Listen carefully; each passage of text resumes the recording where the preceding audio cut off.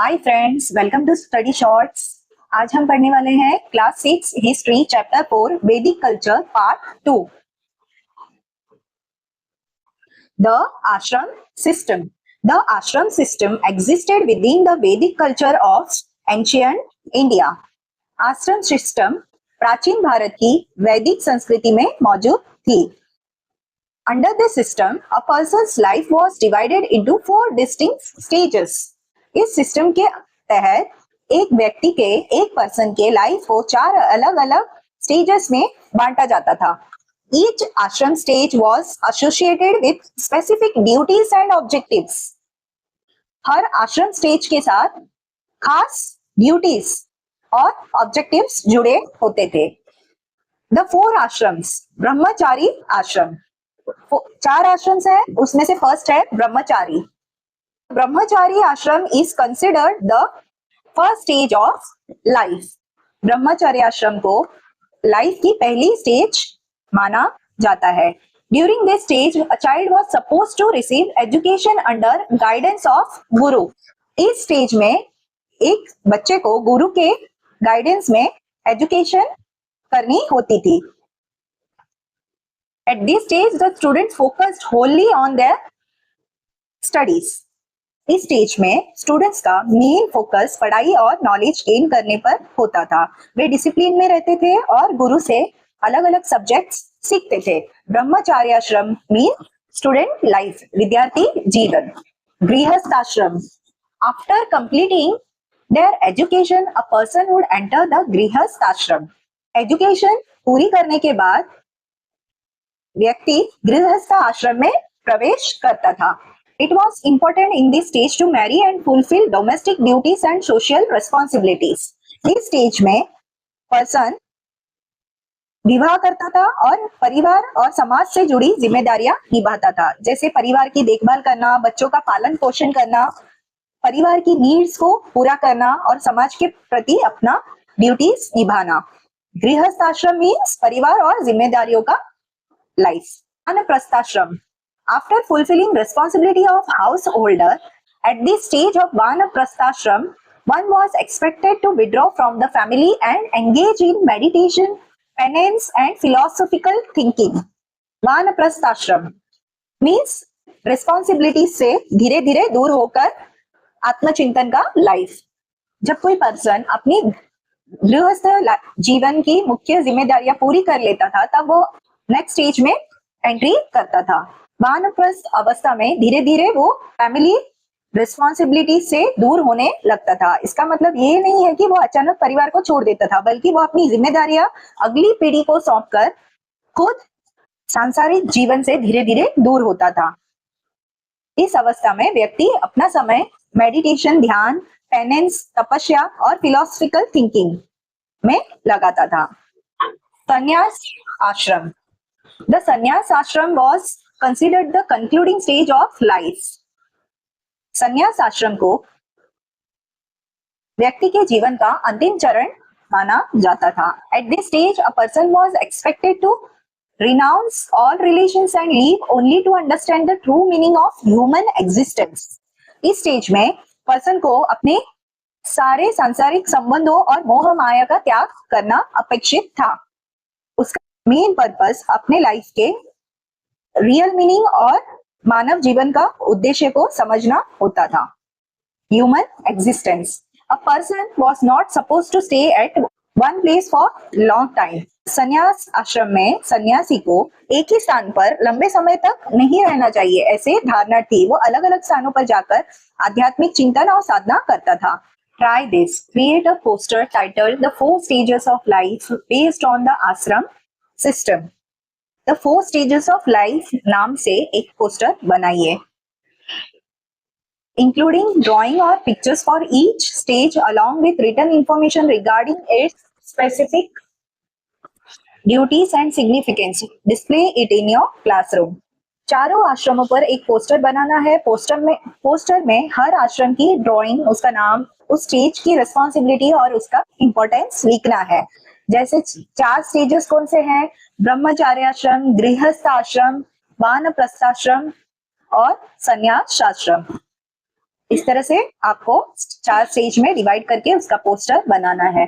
ब्रह्मचार्य आश्रम में knowledge gain करना, एजुकेशन से रिगार्डिंग, गृहस्थ आश्रम फैमिली और सोशल रिस्पॉन्सिबिलिटी का टाइम, वानप्रस्थ आश्रम सांसारिक जिम्मेदारियों से धीरे धीरे दूर होने का समय, संन्यास आश्रम त्याग और आध्यात्मिक चिंतन का समय। इस तरह से आपको इंफॉर्मेशन देना है। The life of Vedic people was simple and disciplined. वैदिक लोगों का लाइफ सिंपल और अनुशासित था। सिंपल का मीन्स उनका लाइफ बहुत ज्यादा दिखावे और सुख सुविधाओं पर निर्भर नहीं था। वो अपने लाइफ में रूल्स एंड डिसिप्लिन का फॉलो करते थे। They were taught the importance of values such as truthfulness, self-control and generosity. वैदिक लोगों को बचपन से ही अच्छे नैतिक मूल्यों का इंपॉर्टेंस सिखाया जाता था, जैसे ट्रूथफुलनेस, सेल्फ कंट्रोल और जेनरसिटी, हमेशा सच बोलना और ईमानदार रहना, सेल्फ कंट्रोल, अपने मन, इमोशंस और अपनी इच्छाओं पर कंट्रोल रखना, जेनरसिटी मीन्स दूसरे के साथ खुले दिल से व्यवहार करना और जरूरतमंदों की मदद करना।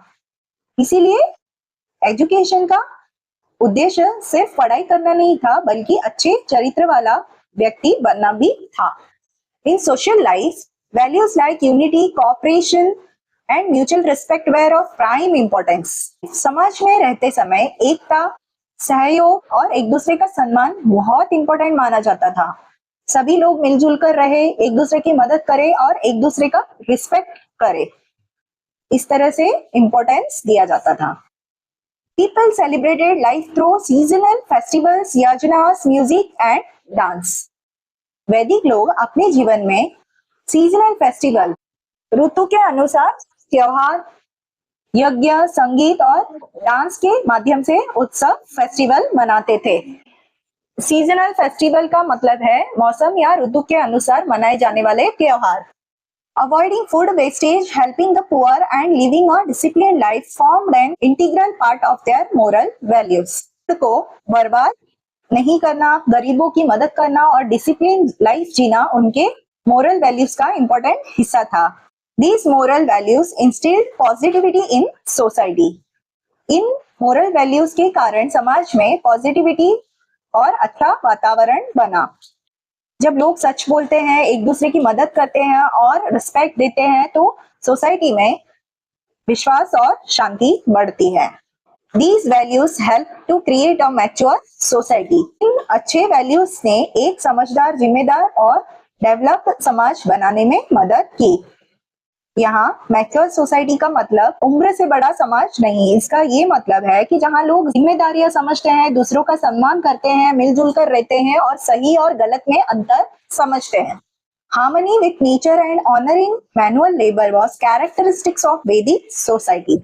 वैदिक समाज की एक विशेषता थी कि लोग प्रकृति के साथ मेलजोल बनाकर रहते थे और शारीरिक श्रम का सम्मान करते थे। हार्मनी विथ नेचर का मतलब है प्रकृति के साथ, नेचर के साथ संतुलित बैलेंस बनाकर रहना और उसका सम्मान करना। मैनुअल लेबर मीन्स अपने हाथों और अपने शरीर से किया गया काम या मेहनत। ऑनरिंग मैनुअल लेबर का मतलब है मेहनत से किए जाने वाले काम को छोटा या कम इंपॉर्टेंस नहीं समझना। यानी वैदिक समाज में हमें ये सिखाता है कि नेचर का सम्मान करना और मेहनत का सम्मान करना दोनों इंपॉर्टेंट है। What is your opinion? The ashram system played an important role in promoting a sense of planning, self-discipline, self-control and dutifulness in individual life. लोगों के लाइफ को अलग अलग स्टेज में बांटा गया था और हर स्टेज में कुछ विशेष जिम्मेदारियां होती थी। इससे पर्सन डिसिप्लिन में रहना और अपनी जिम्मेदारियां निभाना सीखता था। जैसे आश्रम सिस्टम में किसी पर्सन के लाइफ में प्लानिंग बनाना, सेल्फ डिसिप्लिन, सेल्फ कंट्रोल और अपने कर्तव्य को निभाने की भावना डेवलप करने में इंपॉर्टेंट रोल प्ले करती है। Daily life, the diet of Vedic people was simple and nutritious. वैदिक लोगों का भोजन सादा और पौष्टिक था, यानी उनका खाना बहुत ज्यादा मसालेदार या दिखावे वाला नहीं था, लेकिन शरीर के लिए आवश्यक पोषक तत्व से भरपूर था, न्यूट्रिशियस था। People in that period relied on agriculture and animal husbandry. उस समय के लोग अपनी आजीविका के लिए एग्रीकल्चर, कृषि और पशुपालन पर निर्भर रहते थे। मतलब लोग खेती करते थे और गाय, बैल, घोड़े, भेड़, बकरी ये सब पशु पालते थे। Diet consisted of grains, milk, curd, ghee, honey and vegetables. उनका भोजन अनाज, दूध, दही, घी, शहद और सब्जियां शामिल थी। इससे पता चलता है कि उनका भोजन नेचुरल और पौष्टिक चीजों पर निर्भर था। They used various food grains such as barley, wheat, rice and millet in their meals. वे अपने भोजन में अलग अलग प्रकार के अनाज जैसे गेहूं, चावल और बाजरा यूज करते थे। Thus their diet consisted of plant-based food. इस प्रकार उनके भोजन में plant-based food का important place था। अनाज, सब्जियां, फल ये सब प्लांट से मिलते हैं। They consumed fruits according to the changing seasons. वे ऋतु के अनुसार अलग अलग फलों का सेवन करते थे, यानी जिस मौसम में जो फल, सीजनल फ्रूट, जो फल उपलब्ध होता था वे उस मौसम के अनुसार फल खाते थे। It was expected that food should be pure and balanced. ये अपेक्षा की जाती थी कि भोजन जो है वो शुद्ध और बैलेंस्ड होना चाहिए। बैलेंस्ड फूड यानी ऐसा भोजन जिसमें शरीर के लिए आवश्यक अलग अलग पोषक तत्व राइट अमाउंट में हो। It was needed to eat at appropriate times. उचित समय पर भोजन करना आवश्यक माना जाता था, यानी समय पर खाना भी स्वस्थ जीवन का हिस्सा था। We can say that their dietary routine was healthy and disciplined. इसीलिए हम कह सकते हैं कि उनका भोजन संबंधी जीवन स्वस्थ और डिसिप्लिन, अनुशासित था। Think about it. What are your thoughts on the importance of maintaining regularity in daily routine, specifically regarding your wake-up time, diet, exercise, studies and rest? आपके डेली लाइफ में समय पर उठना, सही भोजन करना, व्यायाम करना, पढ़ाई करना और इनफ रेस्ट करना कितना इंपॉर्टेंट है? बहुत ज्यादा। Maintaining a regular daily routine keeps us healthy, disciplined and active. Proper time for waking up, eating, exercising, studying and resting help us to maintain a healthy life. In the Vedic way of life, great importance was given to health. Vedic life में health को बहुत ज्यादा importance दिया जाता था। Ancient Indian medical science promotes a balanced diet, yoga, both physical and mental wellbeing. प्राचीन भारतीय चिकित्सा विज्ञान में बैलेंस डाइट, योगा और फिजिकल एंड मेंटल हेल्थ को बहुत इंपॉर्टेंस दिया गया था, यानी सिर्फ शरीर का स्वस्थ होना ही नहीं बल्कि मन का स्वस्थ रहना भी जरूरी माना जाता था। This helps to boost immunity, therefore people live healthy and long lives. इन अच्छी आदतों से शरीर की इम्यूनिटी, रोगों से लड़ने की क्षमता बढ़ने में मदद मिलती थी। इसीलिए लोग स्वस्थ और लंबे समय तक जीवित जीते थे। Try this. Create a meal plan for a single day for your family. Discuss with your family members which of the dishes are more healthy and why. अपने फैमिली के लिए एक दिन का मील प्लान चार्ट बनाइए और family members के साथ चर्चा कीजिए कि कौन से फूड ज्यादा हेल्दी है और क्यों। इस तरह से आप अपने अकॉर्डिंगली अपने फैमिली मेंबर्स के साथ डिस्कस करके मील प्लान बना सकते हैं। Music, dance, singing, playing musical instrument, story telling and philosophical discussions were part of entertainment in Vedic life. Vedic life में एंटरटेनमेंट, मनोरंजन के लिए music, dance, playing musical instruments, story telling, कहानी सुनना और फिलोसफिकल डिस्कशन की जाती थी। यानी एंटरटेनमेंट सिर्फ खेल तक ही सीमित नहीं था, वो नॉलेज एंड म्यूजिक भी एंटरटेनमेंट के हिस्सा थे। They played games such as archery, chariot racing, wrestling and board games like Saripatta, a game like chess. Archery मतलब तीरंदाजी, रथ दौड़, कुश्ती जैसे खेल खेलते थे। इसके अलावा सारी पट्टा जैसे बोर्ड गेम भी खेलते थे जो चेस के समान बताया गया है। Festivals and religious gatherings served as a way of entertainment and social integration. Festivals, त्योहार और रिलीजियस गैदरिंग मनोरंजन के साथ साथ लोगों को एक दूसरे से जोड़ने का माध्यम भी थी। सोशल इंटीग्रेशन का मतलब समाज के लोगों का मिलजुल कर रहना और एक दूसरे से जुड़ना। Music held a position of immense importance during the वैदिक पीरियड। म्यूजिक वैदिक काल में संगीत का बहुत इंपॉर्टेंट स्थान था। It was not merely a means of entertainment. संगीत सिर्फ मनोरंजन का साधन नहीं था, इसका उपयोग धार्मिक और आध्यात्मिक कार्यों के लिए भी किया जाता था। Musical notes for us where considered essential during the recitation of वैदिक टेक्स्ट। वैदिक ग्रंथों का पाठ करते समय संगीत के स्वर बहुत इंपॉर्टेंट माने जाते थे। Music was regarded as an integral part of religious, spiritual and everyday life. संगीत को धार्मिक, आध्यात्मिक और डेली लाइफ का इंपॉर्टेंट हिस्सा माना जाता था। A good knowledge of musical note was essential for proper chanting of mantras. मंत्रों का सही उच्चारण और गायन करने के लिए संगीत के स्वरों का अच्छा ज्ञान आवश्यक था। Sama Veda dwells on this particular expect. Sama Veda में इसी प्रकार के संगीत और मंत्रों के गायन पर विशेष रूप से चर्चा मिलती है। During that period musical instruments such as veena, mridanga, shankh and bansuri were widely used. उसी समय वीणा, मृदंग, शंख और बांसुरी जैसे म्यूजिकल इंस्ट्रूमेंट का वाइडली यूज किया जाता था। These instruments were played during yajnas, dance performances and other religious ceremonies. इन वाद्य यंत्रों को यज्ञ, नृत्य और अन्य धार्मिक समारोह में बजाया जाता था। Both men and women actively participated in singing and dancing. दोनों महिला और पुरुष दोनों म्यूजिक और डांसिंग में एक्टिवली पार्टिसिपेट करते थे। In Vedic period, music symbolized pure joy and spirituality. वैदिक काल में संगीत शुद्ध आनंद और आध्यात्मिकता का प्रतीक माना जाता था। Vedic music form the base of Indian classical music which evolved later. वैदिक संगीत ने आगे चलकर विकसित होने वाले भारतीय शास्त्रीय संगीत की नींव रखने में योगदान दिया। Status of women. Women were honoured in the early Vedic society. वैदिक काल में महिलाओं की स्थिति कैसी थी? अर्ली वैदिक समाज में महिलाओं का सम्मान किया जाता था। They had right to pursue education. महिलाओं को शिक्षा प्राप्त करने का अधिकार था। Just like man, women had the freedom to study the Vedas. पुरुषों की तरह महिलाओं को भी वेदों का स्टडी करने की फ्रीडम थी। Lopamudra, Ghosha, Gargi, Maitri and Apala are some examples of famous female scholars from that period. Famous women scholars. Books में कुछ फेमस महिला विद्वानों के नाम दिए गए हैं, जैसे लोपामुद्रा, घोषा, गार्गी, मैत्री, अपाला। ये महिलाएं नॉलेज और एजुकेशन के फील्ड में बहुत फेमस थी। Women actively participated in religious, ritual and sacrificial ceremonies. महिलाएं धार्मिक अनुष्ठान और यज्ञ संबंधी समारोह में भी एक्टिवली पार्टिसिपेट करते थे। However, during the post-Vedic period, society became increasingly patriarchal.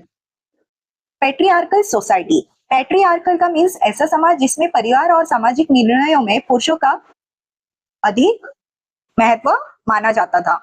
लेकिन ड्यूरिंग द पोस्ट वैदिक पीरियड, पोस्ट वैदिक काल में समाज धीरे धीरे ज्यादा पितृसत्तात्मक होता गया। Restrictions were imposed on women's education. महिलाओं की शिक्षा पर पाबंदियां लगाए जाने लगी। The freedom of women was reduced gradually. महिलाओं की स्वतंत्रता धीरे धीरे कम होती गई। The restraints placed upon them continued to increase and women were reduced to secondary position. महिलाओं पर लगाए गए प्रतिबंध बढ़ते गए और समाज में उनकी स्थिति दूसरे स्तर की होती गई। Economic life. The economic life of the people during Vedic period was based on agriculture and animal husbandry. Economic life मतलब वैदिक काल में लोग अपना आजीविका कैसे चलाते थे, अपना घर कैसे चलाते थे। वैदिक काल के लोगों के आर्थिक व्यवस्था मुख्य रूप से कृषि और पशुपालन पर आधारित थी। They cultivated wheat, barley, rice and other grains. वे गेहूं, ज्वार, बाजरा, चावल और अन्य अनाज उगाते थे। Animals held a position of immense value during the Vedic period. वैदिक काल में पशुओं का बहुत अधिक आर्थिक महत्व था। Cows, oxen, horses, sheep and goats were the animals of economic value. गाय, बैल, घोड़े, भेड़ और बकरियां आर्थिक दृष्टि से बहुत ही महत्वपूर्ण पशु थे। The cow was used as means of exchange. गाय का यूज वस्तुओं के आदान प्रदान के माध्यम के रूप में भी किया जाता था, यानी उस समय गाय का आर्थिक महत्व बहुत अधिक था। Horses were important for warfare and sacrificial rituals, while oxen were employed for plugging and transportations. People were engaged in various occupations and other than agriculture. लोग सिर्फ खेती नहीं करते थे बल्कि कई अन्य व्यवसाय और काम भी करते थे। Animal husbandry, metal working, pottery, weaving, goldsmith and chariot building were some of the significant occupations. पशुपालन, धातु का काम, मिट्टी के बर्तन बनाना, कपड़ा बुनना, सोने के आभूषण बनाना और रथ बनाना उस समय का इंपॉर्टेंट व्यवसाय थे। Trade was gradually developing and transactions were made through barter. उस समय व्यापार धीरे धीरे डेवलप हो रहा था और वस्तुओं का लेन देन बार्टर सिस्टम में किया जाता था। बार्टर सिस्टम में जब पैसे का यूज किए बिना एक वस्तु के बदले दूसरी वस्तु ली जाती है तो उससे बार्टर सिस्टम कहते हैं। जैसे गेहूं के बदले कपड़ा लेना। All market places had begun to emerge. छोटे छोटे बाजार डेवलप होने लगे, यानी लोग अपनी वस्तुएं लेकर एक जगह आते थे और उनका लेन देन करते थे। The references of navigation and waterways are found in Vedic literature. वैदिक साहित्य में नेविगेशन और वाटरवेज के संदर्भ में मिलते हैं। नेविगेशन मतलब उस समय के लोगों को नदियों और जल मार्गों का यूज का नॉलेज था। Merchants and artisans had an important place in social structures. समाज में व्यापारियों और कारीगरों का इंपॉर्टेंट स्थान था। The group of merchants and artisans were known as shreni and their head was known as shreshthi. व्यापारियों और उनके कारीगरों के ग्रुप को श्रेणी कहा जाता था और उसके प्रमुख को श्रेष्ठी कहा जाता था। Religious life in the Vedic period, religion was based on the worship of nature. वैदिक काल में धर्म मुख्य रूप से प्रकृति की पूजा पर आधारित था। लोग प्रकृति की शक्तियों को महत्वपूर्ण मानते थे और उनका सम्मान करते थे। The Vedic people gave the status of deities to various elements of nature. For example, fire, Agni, water, Varuna, wind, Marut, sun, Surya, dawn, Usha, earth, Prithvi and moon, Soma. वैदिक लोगों ने प्रकृति के विभिन्न तत्वों को देवताओं का स्थान दिया है, जैसे अग्नि, वरुणा, मारुत, सूर्य, उषा, पृथ्वी, सोम। धार्मिक अनुष्ठानों के दौरान देवताओं को प्रसन्न करने के लिए वैदिक मंत्रों का गायन किया जाता था। द फाउंडेशन ऑफ वैदिक way of life was truth, justice and truth. The principle of maintaining the sanctity of the natural cycle of life. वैदिक जीवन पद्धति की नींव सत्य, न्याय और रुत पर आधारित थी। रुत का मतलब है प्रकृति के जीवन चक्र और उसकी व्यवस्था की पवित्रता और बैलेंस को बनाए रखना। Do you know the motto inscribed on the emblem of the Indian navy, Shamno Varunah, is taken from a verse in the Upanishads. भारतीय नौसेना के प्रतीक पर लिखा हुआ मोटो शामनो वरुणः उपनिषेद के एक मंत्र से लिया गया है। का मतलब देवता वरुण हमारी रक्षा करे। This phrase can be translated as may the deity Varuna protect us. देवता वरुण हमारी रक्षा करे। Through this motto, the Varuna is honored by the Navy. Varuna is regarded as the controller of the water and the guide on the seaways. इस मोटो के माध्यम से भारतीय नौसेना द्वारा वरुण का सम्मान किया जाता है। वरुण को जल का नियंत्रक और जल मार्गों पर गाइड माना जाता है। इस पिक्चर में इंडियन नेवी का एम्बलम दिखाई दे रहा है। इसमें समुद्र और नौसेना से संबंधित प्रतीक है और नीचे शामना वरुणा मोटो लिखा गया है। इसका मतलब ये है कि जो प्राचीन वैदिक परंपरा का संबंध आज भी भारतीय नौसेना के प्रतीक से भी दिखाई देता है। Following India's independence, while finalizing the emblem for the Chief of Naval Staff, the then Governor General C. Rajgopalachari proposed this specific motto. Bharat की स्वतंत्रता के बाद जब चीफ ऑफ नेवल स्टाफ के प्रतीक चिन्ह को अंतिम रूप दिया जा रहा था, तब तत्कालीन गवर्नर जनरल सी राजगोपालाचारी ने इस खास आदर्श वाक्य का सुझाव दिया। The new emblem of the Indian navy is inspired by the royal seal of Chhatrapati Shivaji Maharaj. भारतीय नौसेना का नया प्रतीक चिन्ह छत्रपति शिवाजी महाराज का रॉयल सील राज मुद्रा से इंस्पायर्ड है। पॉलिटिकल सिस्टम, उस टाइम की राजनीतिक व्यवस्था कैसी थी? इन द वैदिक period the king occupied an important position with in society. वैदिक काल में राजा का समाज में इंपॉर्टेंट स्थान था। The ideal concept of a king was not merely that of a ruler exercising authority. आदर्श राजा का काम सिर्फ शासन करना और अपनी शक्ति का उपयोग करना नहीं था। It was that of a sovereign who upheld the principles of dharma, righteousness and justice. राजा से अपेक्षा थी कि वो धर्म अर्थात राइटियसनेस और न्याय के सिद्धांतों का पालन करे। एक अच्छा राजा वही माना जाता था जो न्यायपूर्ण और धर्म के अनुसार शासन करे। Two distinct bodies functioned to advise the king in decision making process. राजा को निर्णय लेने में सलाह देने के लिए दो अलग अलग संस्थाएं कार्य करती थी। उनके नाम क्या थे? These two bodies were known as सभा and the समिति। उनके नाम थे सभा और समिति। The Sabha was a council comprising elders and distinguished senior individuals which assisted in making key decisions. सभा बुजुर्गों और समाज के प्रतिष्ठित वरिष्ठ लोगों की एक परिषद थी। यह राजा को इम्पोर्टेंट निर्णय लेने में सहायता करती थी। समिति The Samiti was the group of common people of the village or community. समिति गांव या समुदाय के सामान्य लोगों का ग्रुप था। The institutions known as विधता and जन also served to guide and counsel the king. विधता और जना नाम की संस्थाएं भी राजा को सलाह और मार्गदर्शन देती थी। इसका मतलब है कि राजा शासन में पूरी तरह अकेला नहीं था, अलग अलग संस्थाएं उसे सलाह देती थी। Women also played an active role in the proceedings and functioning of the sabha and the विधता। महिलाएं भी सभा और विधता की कार्रवाई तथा संचालन में सक्रिय रोल प्ले करती थी। वैदिक काल का रथ। इस पिक्चर में एक व्यक्ति रथ चल रहा है, रथ को घोड़ा खींच रहा है, रथ में बड़े बड़े व्हील्स पहिए हैं। वैदिक काल में रथों का उपयोग इम्पोर्टेंट था। The king appointed officials to help in the efficient administration of the state. राजा राज्य का प्रशासन अकेले नहीं चलाता था। राज्य का काम अच्छी तरह से चलाने के लिए राजा अलग अलग अधिकारियों की नियुक्ति करता था। यानी आज जैसे सरकार में अलग अलग अधिकारी होते हैं, वैसे ही वैदिक काल में भी राजा की सहायता करने वाले अधिकारी होते थे। The priest, Purohit, commander in chief, सेनापति and the head of the assembly, सभापति were officials of particular importance. इन अधिकारियों का विशेष महत्व था। पुरोहित, राजा का धार्मिक सलाहकार, सेनापति, सेना का प्रमुख, सभापति, सभा का प्रमुख। The official known as bhagdut was appointed to collect the king's share, भाग।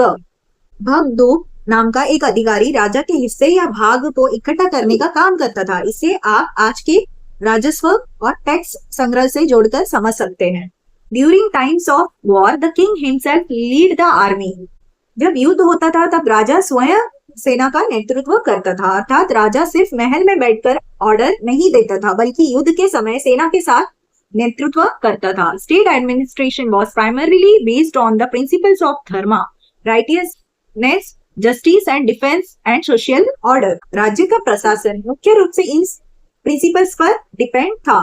धर्म, न्याय, डिफेंस राज्य की सुरक्षा, सोशल ऑर्डर सामाजिक व्यवस्था। मतलब राजा का उद्देश्य सिर्फ शासन करना नहीं था, बल्कि न्याय, सुरक्षा और समाज में व्यवस्था बनाए रखना भी था। Though the king was the head of the state, he did not possess absolute power. राजा राज्य का प्रमुख जरूर था, लेकिन उसके पास असीमित या पूर्ण शक्ति नहीं था। यानी राजा जो चाहे वो अकेले नहीं कर सकता था। He used to govern in accordance with the council of the sabha and the samiti. राजा सभा और समिति की सलाह के अनुसार शासन करता था। इसलिए वैदिक काल में शासन व्यवस्था में सलाह और सामूहिक निर्णय का भी इम्पोर्टेंस था। My dear friends, I hope आपको ये पार्ट 2 अच्छे से समझ में आया हो। तो प्लीज वीडियो को लाइक करें, शेयर करें, कमेंट करें और चैनल को सब्सक्राइब करें। Thank you. मिलते हैं नेक्स्ट वीडियो में।